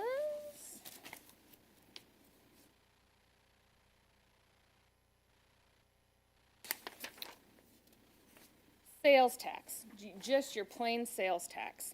And then in the meeting last time and in the meeting this time, I heard you guys say, okay, well, this is use tax and the new marijuana tax and da-da-da. So is the use tax is it just encompassed in that sales tax and it's not broken out separate? Yes, so basically when we do a high level, we roll everything up to just like the property tax, sales tax level. So that sales tax number from tonight, that includes sales tax, use tax, the economic activity taxes, and then it also includes the non-medical marijuana because we can't disclose that because there are too few dispensaries. Okay, okay, so, but you really, that is, if we wanted to see the detail of that, it is broken out. Yes, and we did, I guess it was 2 months ago, we did the projections for that, and so that, it was broken out in more detail. Back to that. Yeah. Look, okay, all right. It was just, we went real high level this time. I understand, I understand. I'm more of a details person, so I'm sorry. Oh, no, you're good. And then I'll look back for that question too, so I'll just check that one off. And then it's been a while since I've been in this position, so I used to have like a cheat sheet of all the funds, and then because when you're looking through here and it says Fund 100 of this, and then it's Fund 600 of that, I'm like, I don't even know what that means anymore. Can you get that? Yep. Can I just have, thank you, that would be great. And then the last thing that I have, which isn't really a question. Okay, sorry, two more. On these, when you do the high overview, there's a couple times in here where you did, budget, actual, and then most of the time it was just budget, budget, budget. So I would like to see budget actual. I don't know how everybody else feels, but it's just confusing when you can actually see this is our budget, this was the actual for that year. Okay, now we know where we stood. Same thing, but then in other areas, we don't get that. So I'm like, a person of my head says, well, why don't I have that information? They give it to me on this one, but they don't give it to me on this one. So that's just a little confusing, and it makes it harder to follow, and you just have to dig deeper. So that's my comment. And then bad debt, you have it in here, however much is budgeted for bad debt. Is that like, you know, when somebody doesn't pay their ambulance bill, or if somebody's not paying their water bill? Is that what we're talking about, bad debt? Yep, and it's Okay. budgeted at $1.5 million, yep. Okay, okay, great. Okay, that's all I have, thank you. Any other questions from the committee?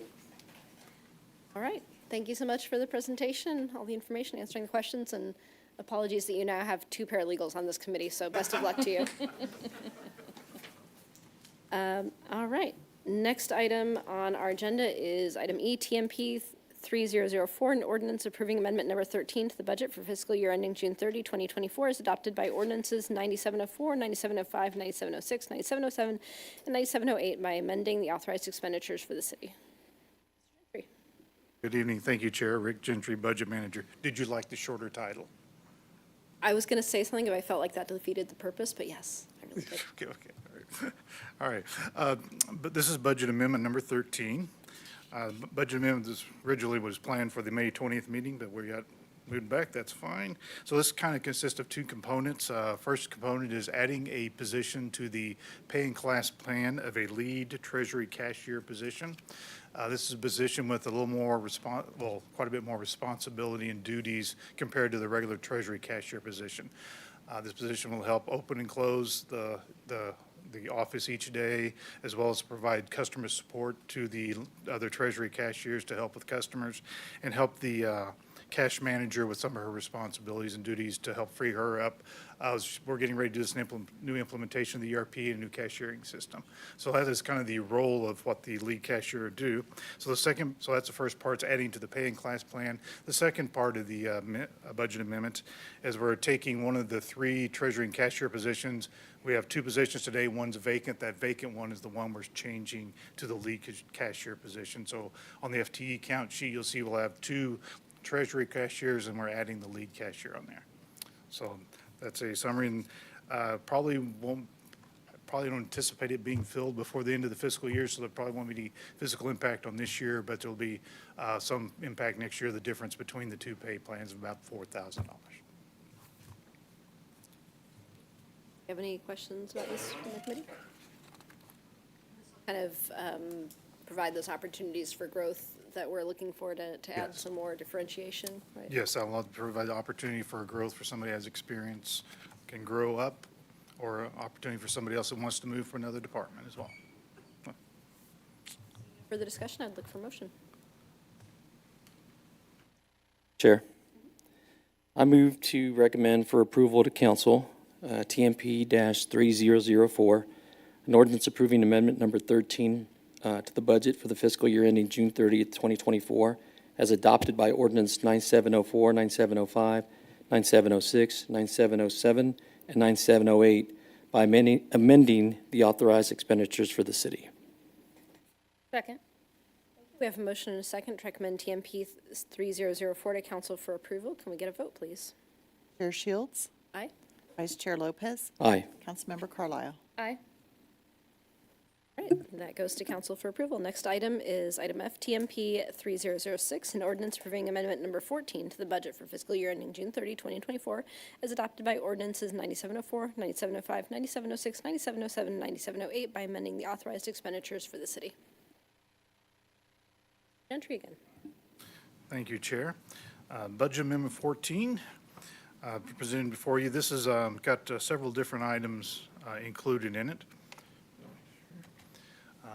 One of the things that Mr. Dunning mentioned as he did the presentation of the general fund public safety sales tax last month is we'd identified some expenditures that were requested as expansion requests for FY25 that we could identify sources in FY24 to go ahead and pay for and move forward with this time. So this amendment is kind of going over those requests that have been approved, as plus we got to do some of those transfers to cover some of those expenses and move them to other funds where the expenditure can, because some of them may start this month and will go over into next year, and that way we can pay for them using money available today.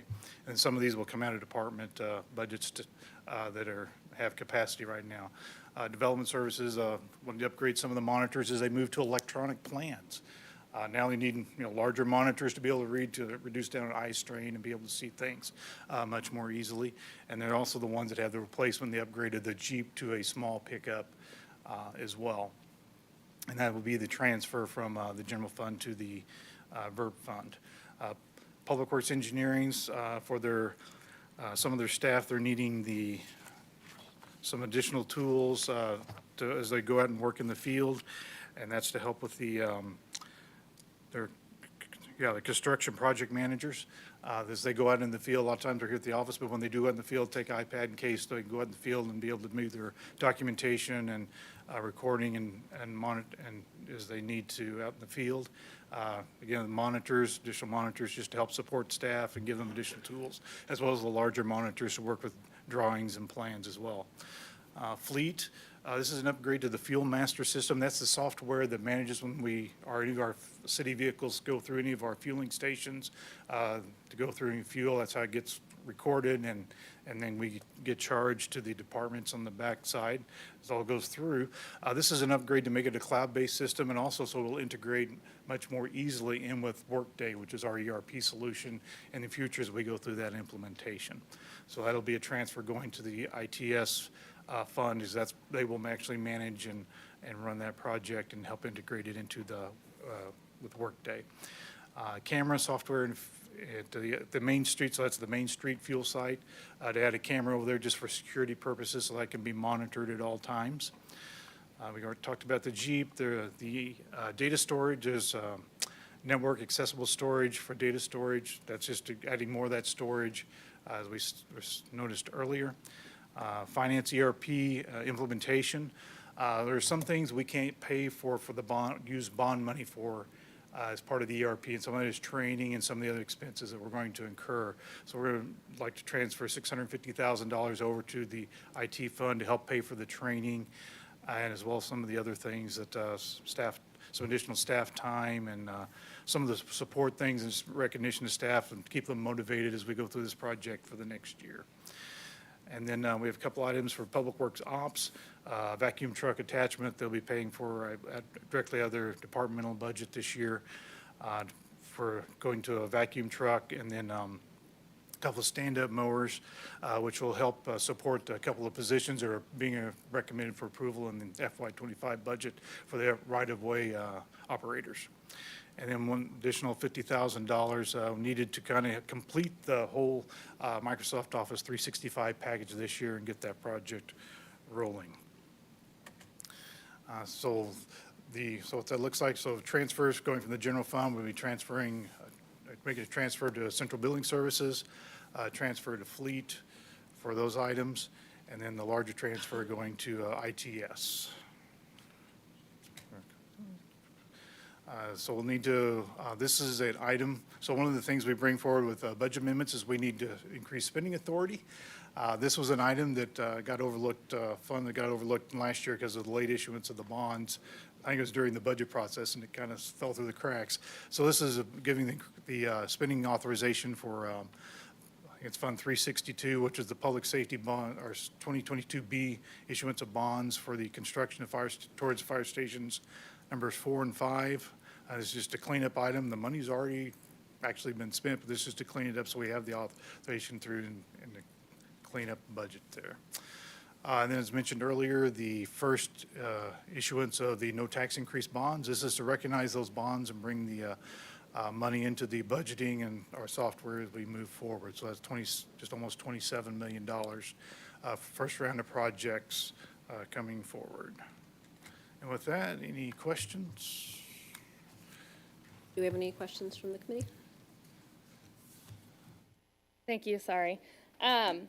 So after this amendment, where do we stand on the budget that will end this month?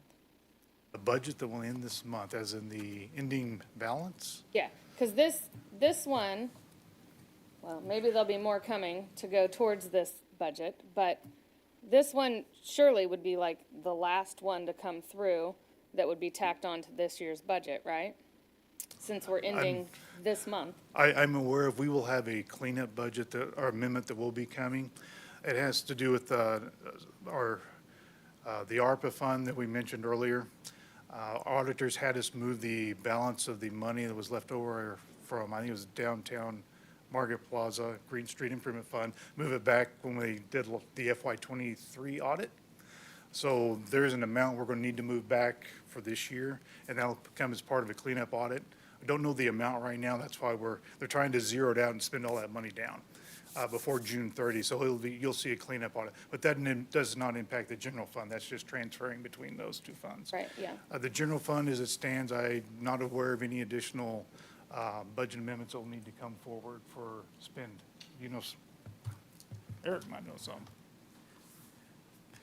Just to address, so looking today, right now, if you just look revenues versus expenses, also including encumbrances for expenses, we're about 2 million revenues over expenses. Typically, around these final months, we basically break even when it comes to revenues and expenses. So right now, we're tracking to have a slight addition to fund balance as things stand today. Okay, because we're on a couple months behind, so it's all gonna have to lag and catch up. Yep. But you guys know that, so you take that into account. But Yep, so we'll still have like accruals for sales tax and Right. things of that nature that go, what we do July and August. So numbers can still fluctuate a little bit, but as of today, we're 2 million revenues over expenses and encumbrances. So All right, so we won't break even, we'll have a little bit extra. as of is right what now, you think? yes. Okay, all right, thank you for that. Subject to change always, but yes, as of right now. Obviously, yes, thank you, yes. Okay, and then I have one more question on what you just said. You said you're hurrying up to spend all that money down. Is that looking like you're gonna be able to do that? Yes. Or where are those projects at? So the ones that the departments could, because we gave them notice a little bit earlier, because the city manager can give authorization. There I have the spending authorization. We said, you're asking for this out of next year. You've got money in your budget now. Go ahead and proceed with those purchases. So a lot of those smaller ones are already in the process of being done. The larger dollar ones are ones we're actually doing transfers to the other funds, because the ERP implementation, I think they are getting some initial invoices in on that and making some of those payments. So, for the training, we're getting that, but a lot of it's going to carry over to the next year. So we're just transferring those resources over to those funds so we can have them over in the other fund to use. Okay, thank you. You're welcome. No other questions? I would look for motion. Chair? I would move TMP 3006, an ordinance approving amendment number 14 to the budget for fiscal year ending June 30, 2024, as adopted by ordinance 9704, 9705, 9706, 9707, and 9708, by amending the authorized expenditures for the city to full city council for approval. Second? We have a motion and a second to move TMP 3006 to City Council with recommendation of approval. Can we get a vote, please? Vice Chair Lopez. Aye.